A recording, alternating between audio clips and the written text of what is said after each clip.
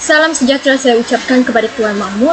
Baiklah, saya jurnalis anak Leo dan rakan saya iaitu Eliani anak Serban akan membentangkan hasil tugasan 3 untuk subjek SJHK 3033 iaitu Pensejarahan Malaysia.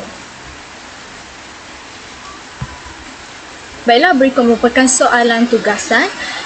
Buat penilaian dan pembentangan terhadap sumber-sumber berasaskan sentrik Malaysia dan sentrik Eropah dalam pensejarahan Malaysia.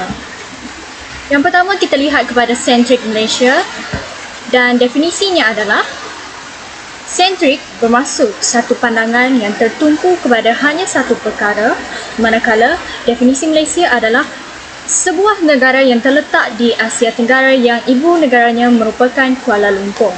Jadi kita boleh katakan bahawa maksud sentrik Malaysia ni dapat didefinisikan sebagai sejarah Malaysia yang dihasilkan, ditulis dengan memberikan penumpuan kepada perlakuan orang Malaysia sendiri. Kemudian kita lihat kepada ciri-ciri sentrik Malaysia dalam konteks pensejarahan Malaysia. Yang pertama, sentrik Malaysia berfokus terhadap persoalan-persoalan dan isu yang berkaitan dengan masyarakat tempatan. Yang kedua adalah penulisan sentrik Malaysia ini bertujuan untuk mengangkat silsilah atau martabat raja-raja. Dan yang terakhir adalah sentrik Malaysia juga membangkitkan perjuangan dan semangat nasionalisme di kalangan masyarakat tempatan. Berikutnya kita lihat pula kepada kelebihan sentrik Malaysia dalam konteks pensejarahan Malaysia.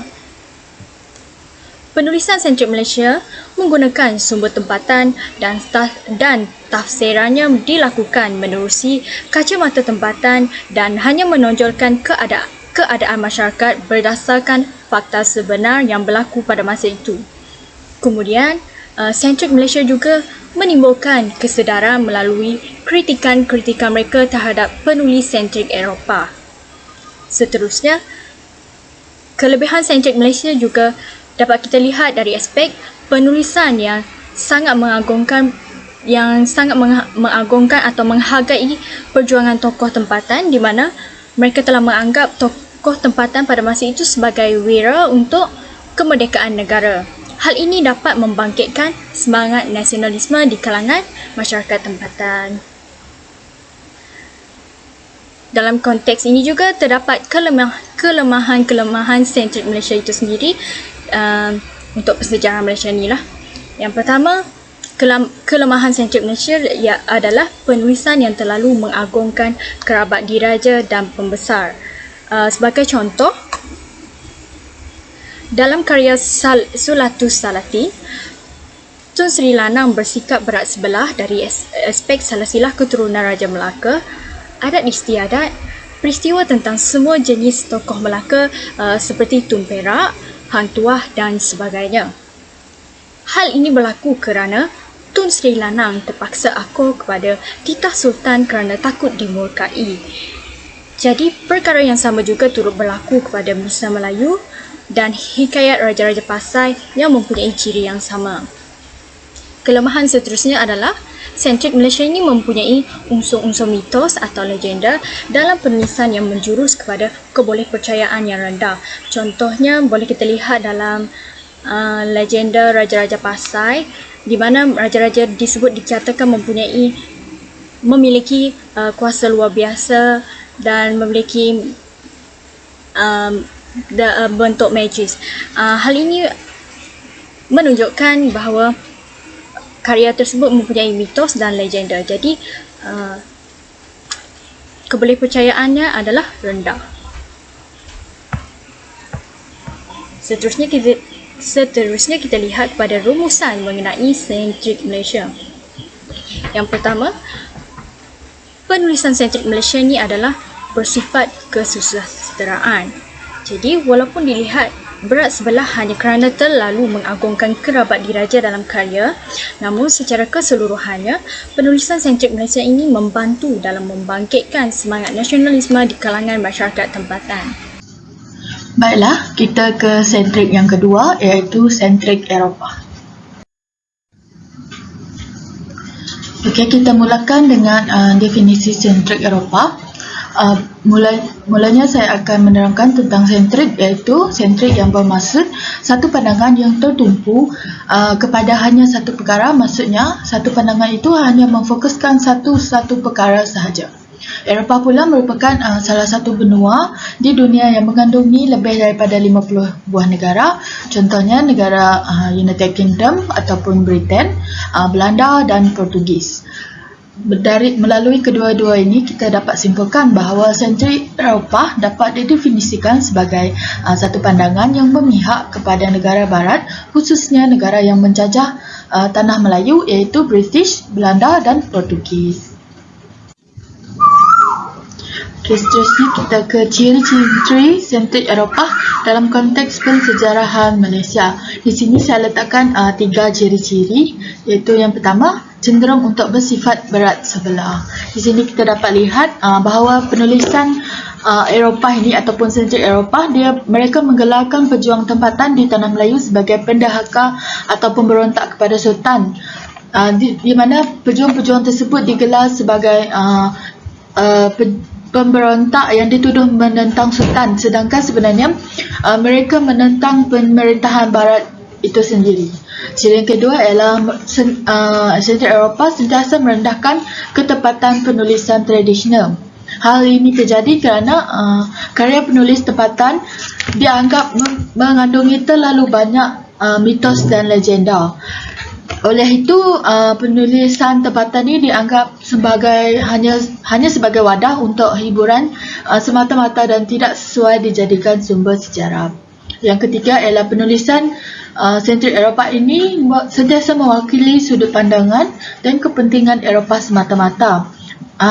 Hal ini dapat dilihat apabila sentrik Eropah ini sentiasa menolak apa sahaja unsur dari negara lain, khususnya negara penjajah, dan hanya mengutamakan pandangan mereka sendiri. Misalnya, J. Rigby yang mengkaji Undang-Undang 99 Perak menolak undang-undang tersebut sebagai undang-undang lengkap seperti mana undang-undang yang diamalkan di Barat, iaitu Legal Code. Di sini kita dapat lihat bahawa penulisan Eropah ataupun sentrik Eropah ni, mereka tidak menerima apa sahaja unsur daripada negara jajahan, iaitu Undang-Undang 99 Perak ni kita dapat lihat merupakan undang-undang yang diamalkan oleh Kesultanan di Tanah Melayu. Jadi undang-undang tersebut tidak diterima dari sudut pandang JRP yang menganggap undang-undang mereka iaitu Legal Code sebagai undang-undang yang patut digunakan. Seterusnya, kita akan membincangkan tentang kelebihan sentrik Eropah dalam konteks pensejarahan Malaysia. Di sini saya telah mengenal pasti dua kelebihan sentrik Eropah, iaitu yang pertama, penulisan sentrik Eropah ini adalah berdasarkan fakta dan bukti. Dalam hal ini, penulisan Eropah telah menolak penulisan berbentuk mitos dan legenda kerana menganggap bahawa perkara tersebut hanyalah perkara yang karut dan tidak sesuai untuk dijadikan sumber sejarah. Oleh kerana penulisan sentrik Eropah ini adalah berdasarkan fakta dan bukti, maka ketepatannya tidak diragui. Misalnya, penulis Eropah akan bertemu dengan orang sumber untuk mendapatkan fakta yang jelas dan tepat.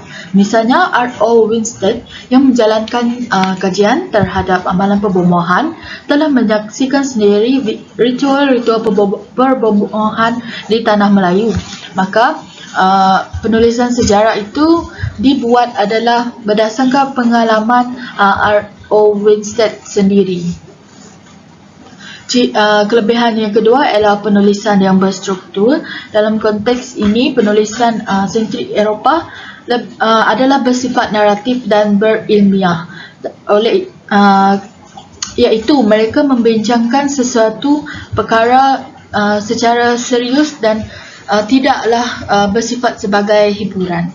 Dalam konteks ini, penulisan sentrik Eropah menggunakan tarikh dan kronologi. Oleh itu, kita dapat melihat bahawa di situ terdapatnya struktur-struktur penting untuk memungkinkan sumber tersebut dijadikan bahan sejarah dan menjadikannya lebih relevan. Seterusnya kita pergi kepada kelemahan sentrik Eropah dalam konteks pensejarahan Malaysia. Secara keseluruhannya, satu kelemahan yang amat ketara dapat dilihat iaitu penulisan sentrik Eropah merupakan satu penulisan yang terlalu berat sebelah, kerana penulisan ini hanya menulis tentang kepentingan peranan Barat semata-mata dalam penulisan mereka. Oleh hal yang demikian, keadaan ini telah menimbulkan kebolehpercayaan yang rendah kerana cerita diperolehi hanya melihat kepada kebaikan sesuatu pihak tanpa mengetahui keburukannya.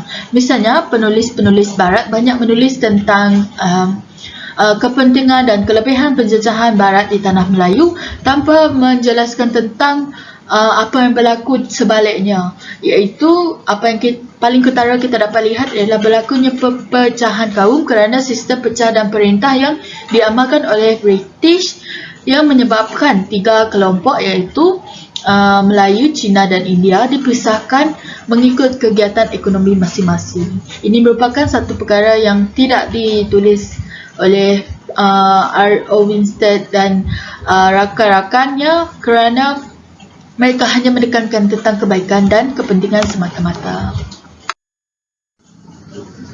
Secara keseluruhannya, apa yang paling ketara adalah penulis sentrik Eropah ini bersifat berat sebelah ataupun bias dan terutamanya kepada penulisan tempatan. Tetapi sentrik penulisan ini dihasilkan secara berstruktur dan bersumber dan menyebabkan penulisannya lebih dipercayai. Seterusnya, karya ini merupakan satu karya yang berilmiah dan tidak sesuai untuk dijadikan sebagai hiburan seperti mana penulisan tempatan yang secara asalnya adalah bersifat untuk menghibur. Secara konklusinya, walaupun sentrik Eropah ini bersifat bias terhadap penulisan tempatan secara keseluruhannya, tetapi penulisan ini wajar dijadikan panduan oleh penulis tradisional untuk menghasilkan satu karya yang boleh dipercayai kerana berpandukan fakta dan sumber yang diyakini. Oleh itu, sentrik Eropah boleh diterima sebagai bahan rujukan untuk menambahkan lagi ilmu pengetahuan dalam terutamanya kepada penulis-penulis alaf baru ataupun pengkaji-pengkaji sejarah. Sekian pembentangan daripada saya. Sekian, terima kasih.